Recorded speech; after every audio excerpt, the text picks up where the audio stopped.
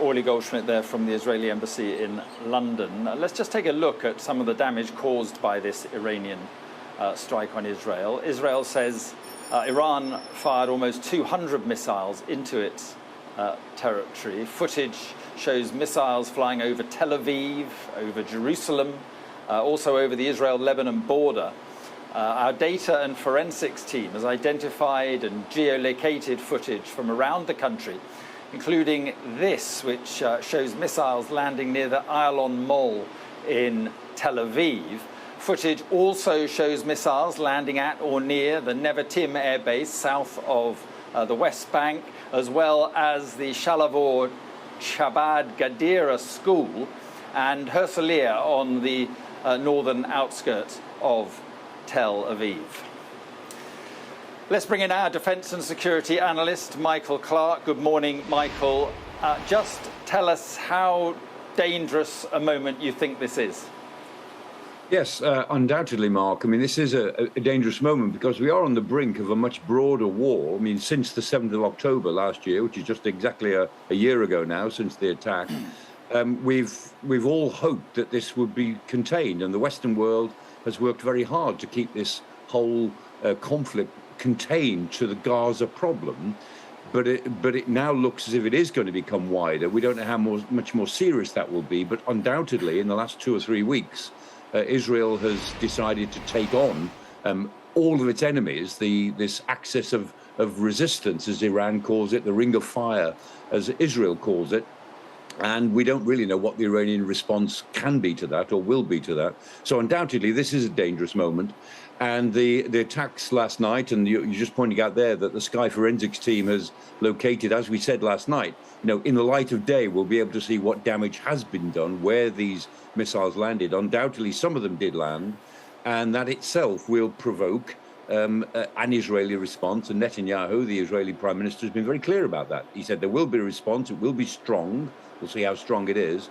And that risks another round of retaliatory action from Iran.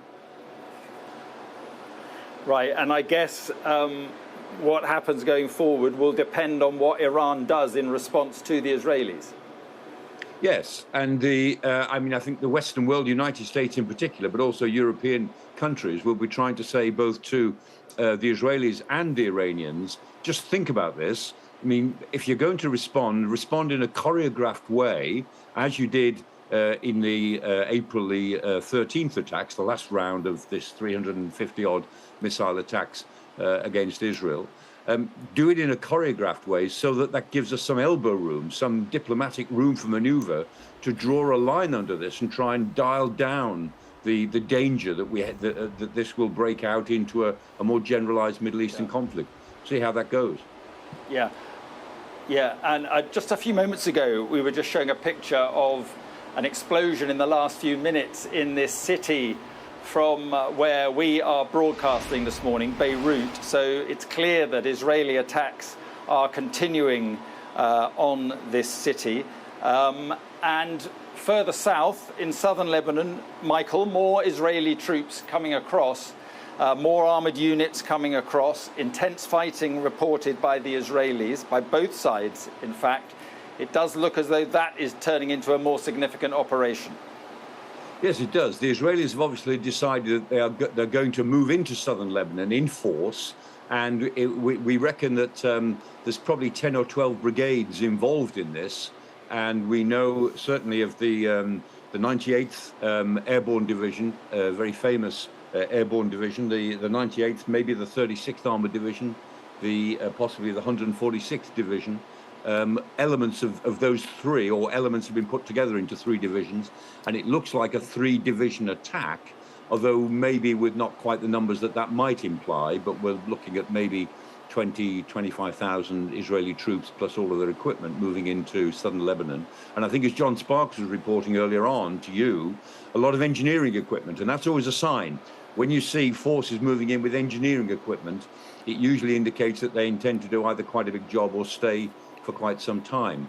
So, I think that's where we are in Lebanon. I think the other thing, Mark, which is interesting, is that I think the Israelis are cashing in on their intelligence operation over the last 2 to 3 years. I mean, we know Israeli intelligence is very good. And they've been very intensively operating all across the region in the last 12 months since the October the 7th attacks. So they can locate a lot of targets in Hezbollah. They can locate targets with the militias in Syria and Iraq. They can locate targets with the Houthis. They know what's going on in Iran. And I think, in a sense, the Israelis are now on a roll, or they feel they are, and they're going for broke.